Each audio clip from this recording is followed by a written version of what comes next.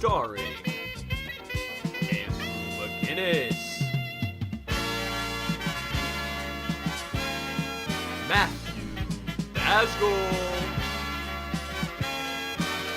David Petron, Michael Turner, Jaron Haas, Gabe Warwick,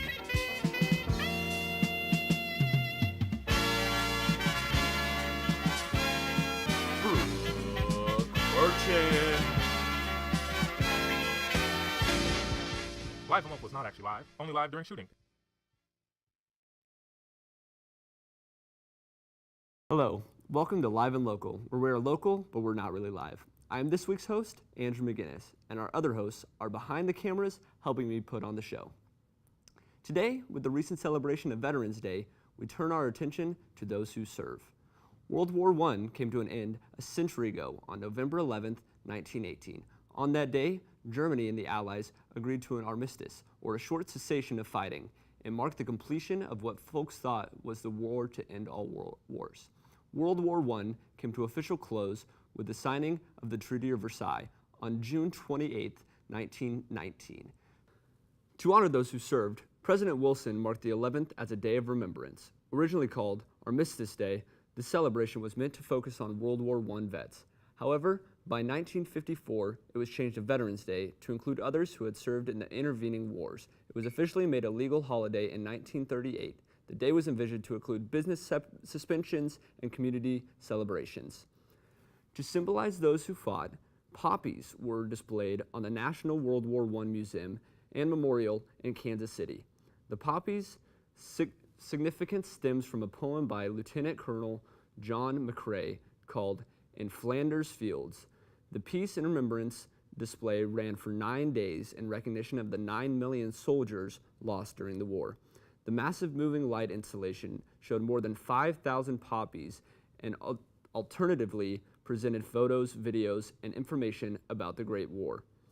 Here at Fort Hays State, we recognize veterans on Monday, the day after Veterans Day. Our videographer, Brooke Burton, went to the Union to bring us the main speech from veteran and Professor of Applied Technologies, Joe Cretine.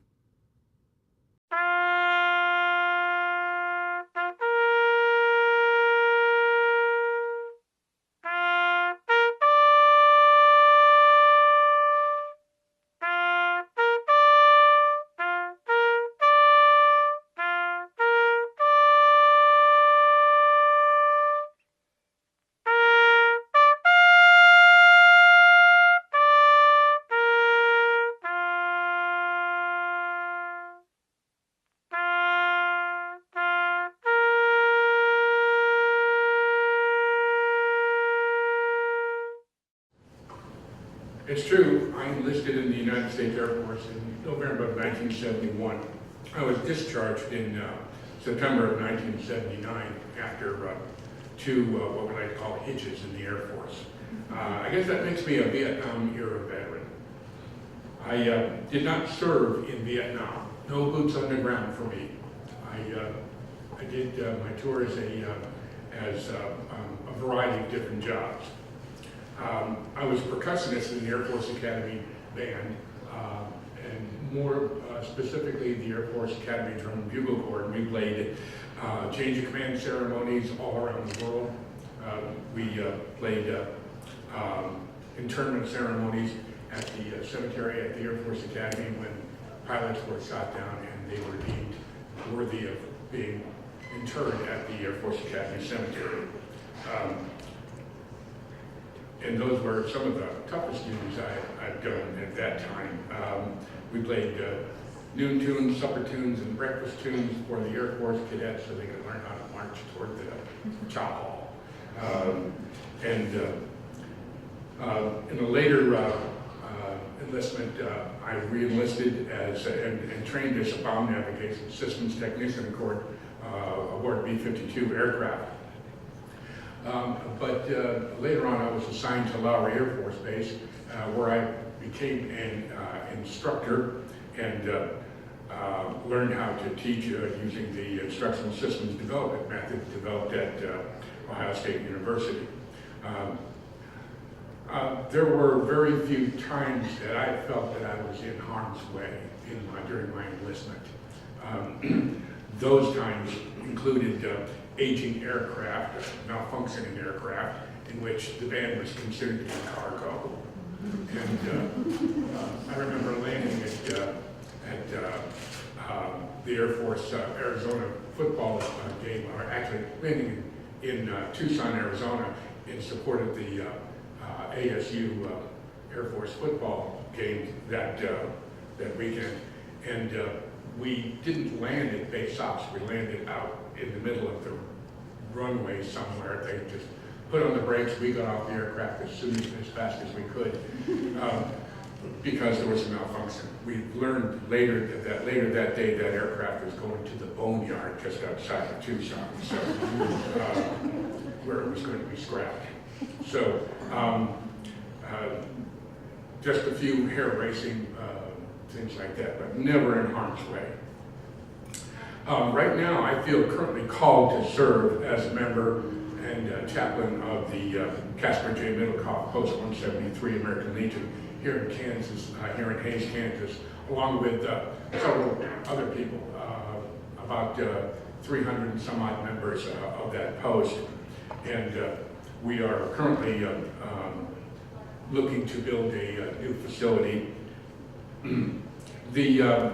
I'm also a member of the American Legion Riders, and in that respect, I got a chance to ride all the way to Washington, D.C. in what they call the Run for the Wall one year, with other veterans and people who were going to the wall for Memorial Day to remember the Vietnam veterans who we rode for in place of them.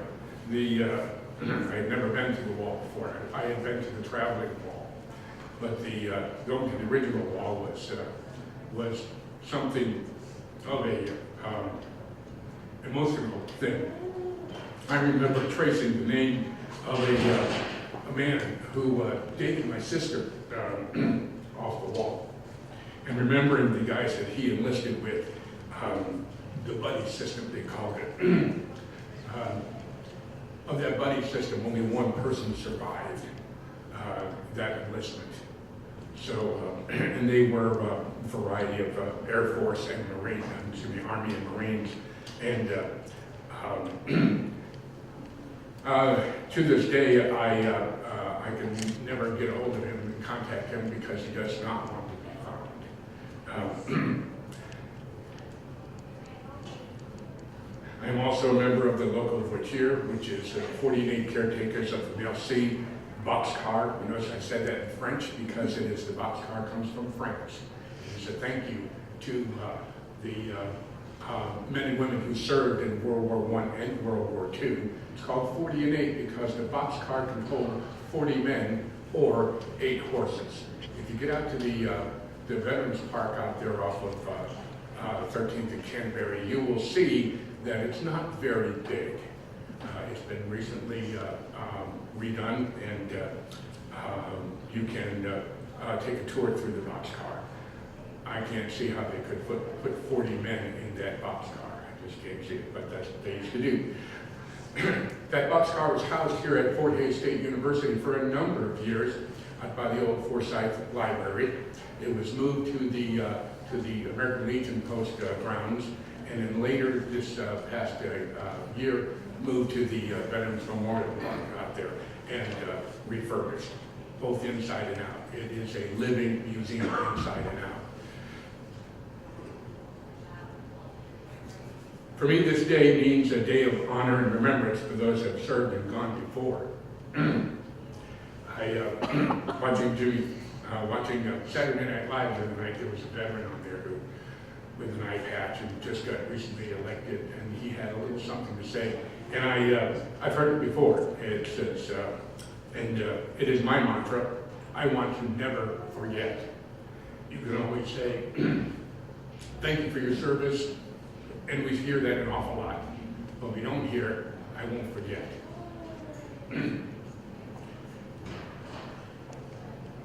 I don't want to forget Dr. Fred Ruda,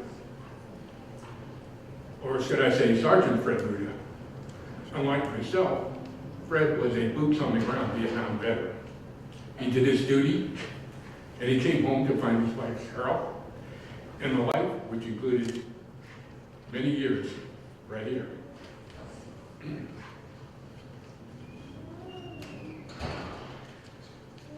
Excuse me.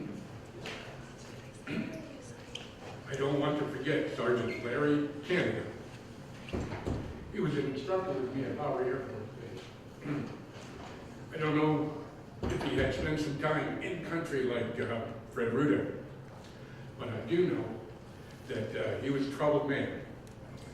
From all the little short talks we had in the halls of the instructor building, the place that we taught at Lowry Air Force Base. Sergeant Canada took his life one night in base housing on base at Lowry Air Force Base because he was carrying, what he was carrying was ultimately unbearable. The message here is a simple one. Never forget. Never forget our veterans and always be there for them. We have many men and women in harm's way right now, serving in places all around the world. They will come back to us, and they will be veterans. Some will have seen too much. Some will have experienced too much. They will all need us.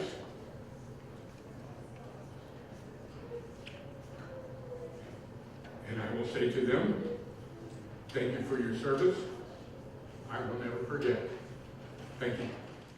We had a number of other events on campus too.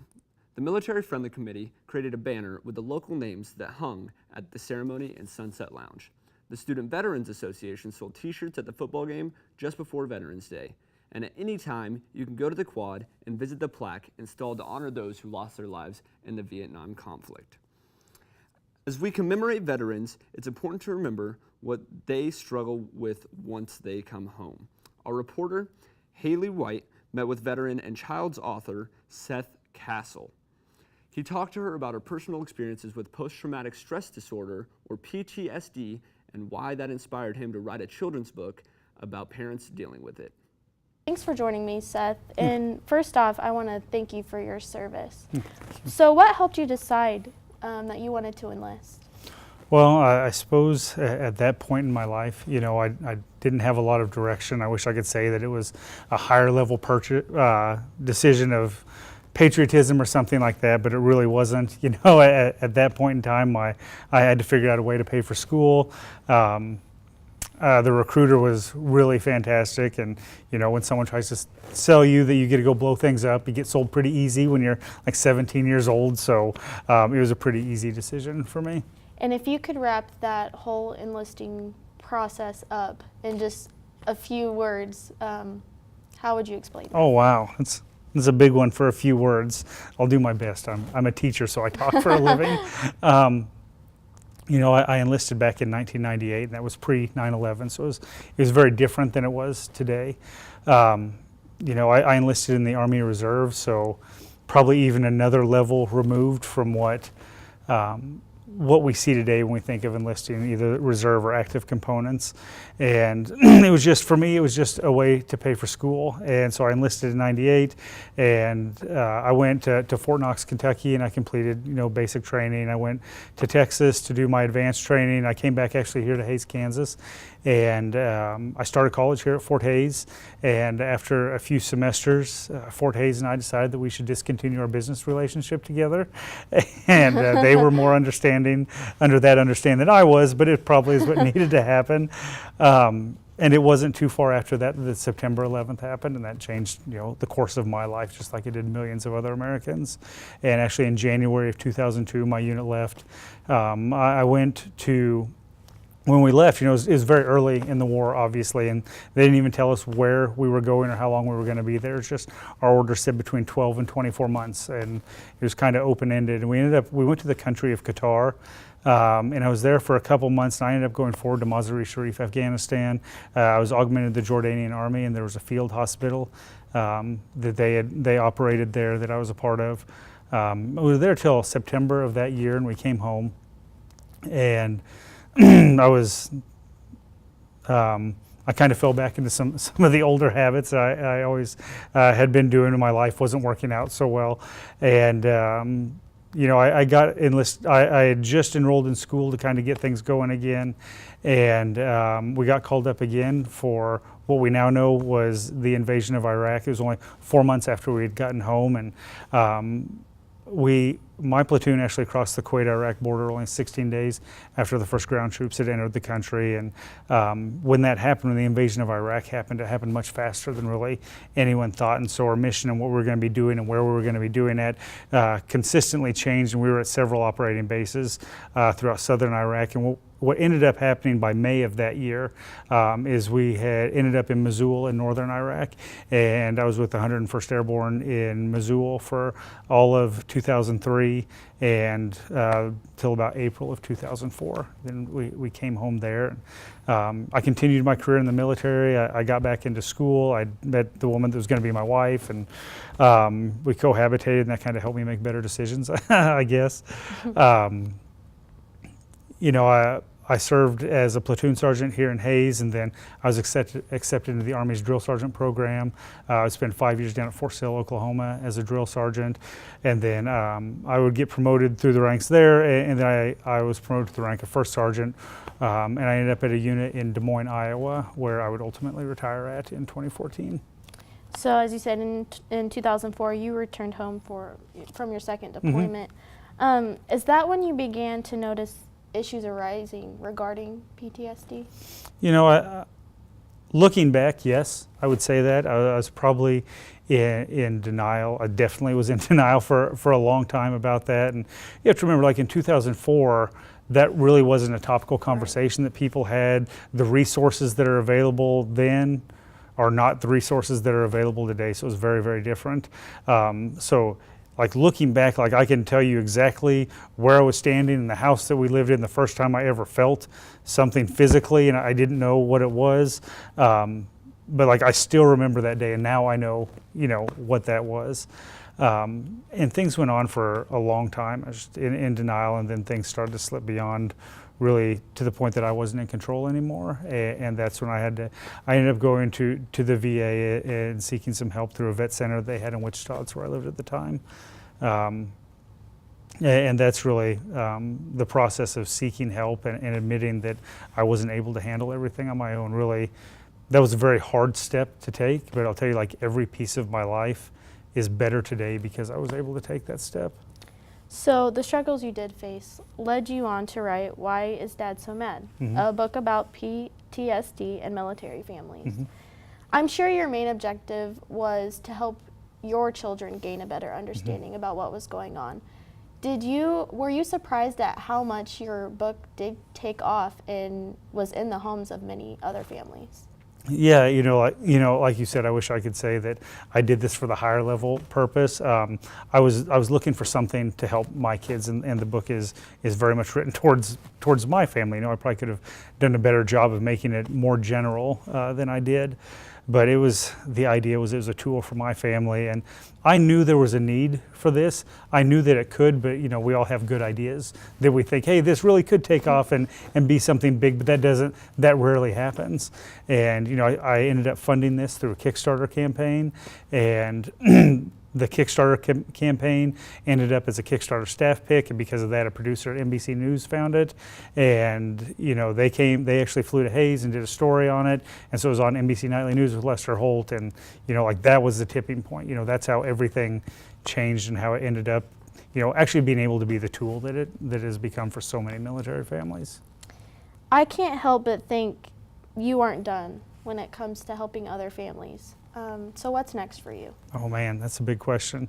I don't know. I don't have a good answer for you. I know that I'm still very heavily engaged in the veteran community here in Hayes and with some other initiatives that are nationwide. And I don't know where that's going to take me. I know there's a lot of systems that need to be fixed. Veterans health care in rural areas the systems aren't in place that need to be in place to help veterans. So I think there's a lot of work to be done in that vein, but I don't know what the next step is. Well, thank you so much for joining me, Seth. Thank you. The National Institute of Mental Health says Medication and psychotherapy often help, but each person is different. Folks at the NIMH say it's important for people with PTSD to find a mental health provider who can help them find the best individualized treatment. Did you know that Fort Hays State is rated one of the top online bachelor's programs for veterans? When we return, I'll talk with Kelsey Broadway, the Military Student Success Specialist at the Virtual College, here to find out why. Stay tuned, Tigers.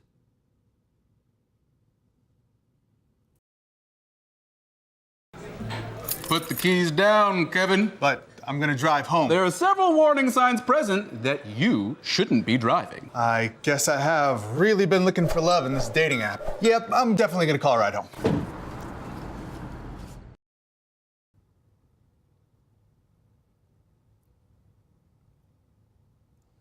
Welcome back. Kelsey Broadway is actually joining us tonight to tell us about military students here at Fort Hays. Thank you so much for being here. How are you doing today? I'm doing all right. It's my pleasure to be here. Well, thank you very much. So first of all, I understand that you spent 5 years in the Navy yourself, actually, until 2014. So what do you think that civilians don't necessarily understand about being in the military, or like making false assumptions about the military? Well, I think it just depends on the person and the assumptions that they're making, whether they're actually false or not. But one of the biggest things I've noticed since I got out is the camaraderie that I'm missing out on. The Student Veterans Association has been great at letting me talk to some of the other student veterans on campus and really kind of get that feeling again, you know, sharing some of those war stories. But I think camaraderie is one of the biggest things that ends up missing when you get out. You talk to people all the time, you make new friends, but sometimes they just don't quite understand what you've been through. So for the most part, you would say that some of the assumptions that people make are pretty spot on, except for, you know, that they don't really necessarily understand the camaraderie or have anything to base it off of, kind of thing? Again, I think it depends on the assumption. Right. I mean, if you assume every military branch is the same, that's not the case. If you assume we all do the same thing, not the case. I mean, there's differentiations and subdivisions within each military branch, so it's kind of hard to assume that all military is the same. Oh, okay. So you had said that you, like I said before, you were in the Navy, so you talked about your camaraderie. What was it like being in the Navy for 5 years? Is that something that has changed you as a person? I think so. I mean, you start out with boot camp, and that's kind of a tear you down and build you back up process. Mm-hmm. I mean, they take raw recruits and they turn them into somebody who understands the honor, courage, well, for the Navy at least, the honor, courage, and commitment of the sailors. And it's, I think the hardest part of boot camp for me was the sleep deprivation. I don't do well with no sleep.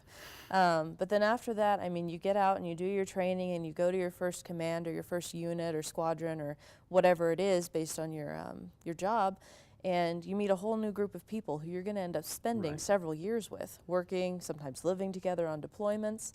And you know, it was a good experience. I really liked what I did in the military. I really liked some of the places we went and saw. And then there were times that were not so great. Right. So now that you're back in the U.S. and now that you're just a quote-unquote civilian again, you know, not that changed. So I understand that you're the Military Student Success Specialist now at Fort Hays. Can you tell us what all that involves? So that little bullet point that sometimes on job descriptions that says other duties is assigned, that has definitely expanded my job over the last year and a half or so. I started in March of 2017, and the general gist of the job is that I work with a lot of our veteran and active military students to help them succeed through their degrees, whether that's you know, looking through transcripts, making sure all their hours transferred if they've got new training that they think should apply. We work with the departments who have been really great about working with our military students. If they have any issues with deployments all of a sudden and they need to contact their instructors, we get them in touch with the instructors.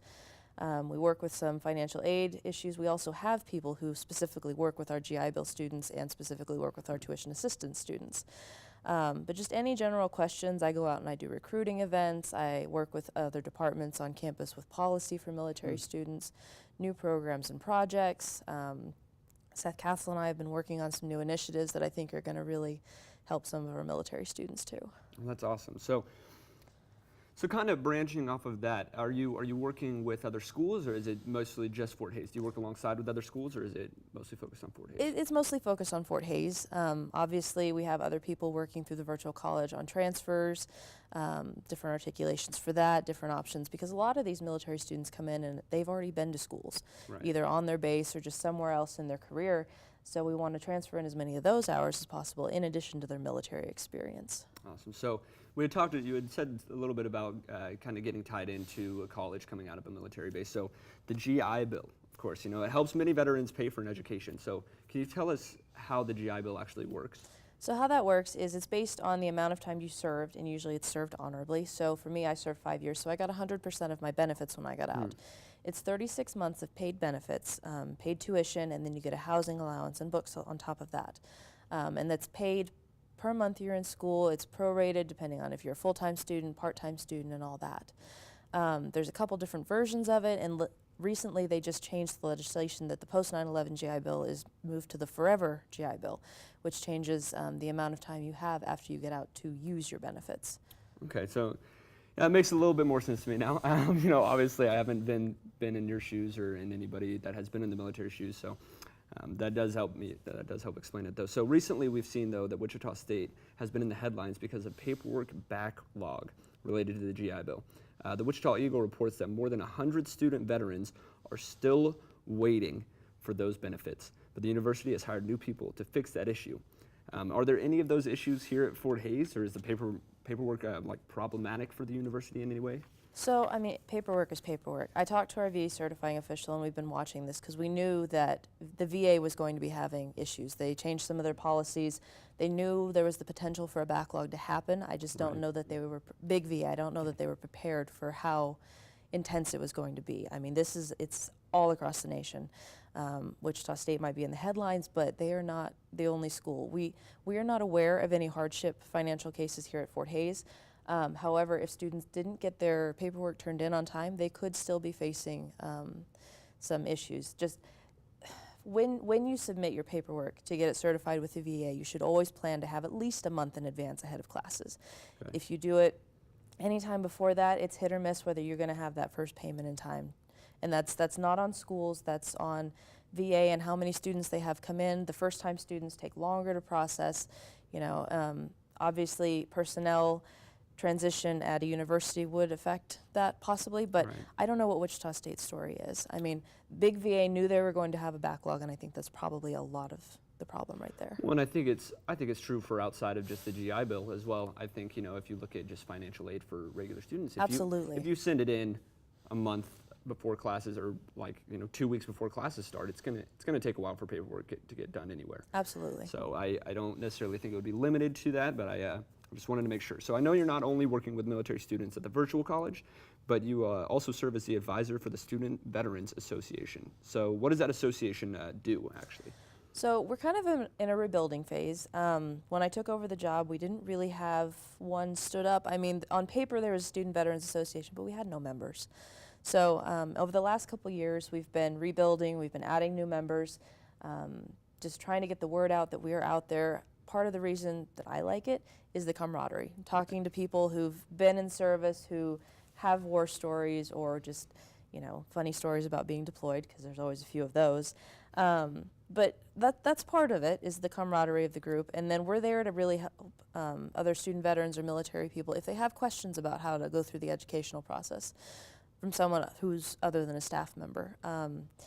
Right now we're working on an initiative with I Fed the Tiger and the Foundation to raise money for a veteran and military scholarship fund. There are not currently any military or veteran scholarships at Fort Hays. Okay, so can you tell us about on and off campus experiences of military students and how they differ? One of the biggest differences probably for on-campus students is, they're non-traditional students. So they're not like a freshman who comes in straight out of high school. Most of these non-traditional students, they probably have families or they've had experience in the military, so their classroom experience is going to be a little different. That was wonderful, Kelsey. Thank you so much again for being here. Your service means so much to us here at Fort Hays. So tune in next week's episode when anything can happen. You'll have to wait and see, honestly. But when you do tune back in, catch us on tigermedianet.com. our Tiger Media Network YouTube channel, Eagle Communications Channel 17, or Next Tech Channel 102. This is Andrew McGinnis with Live and Local, and we'll see you next time.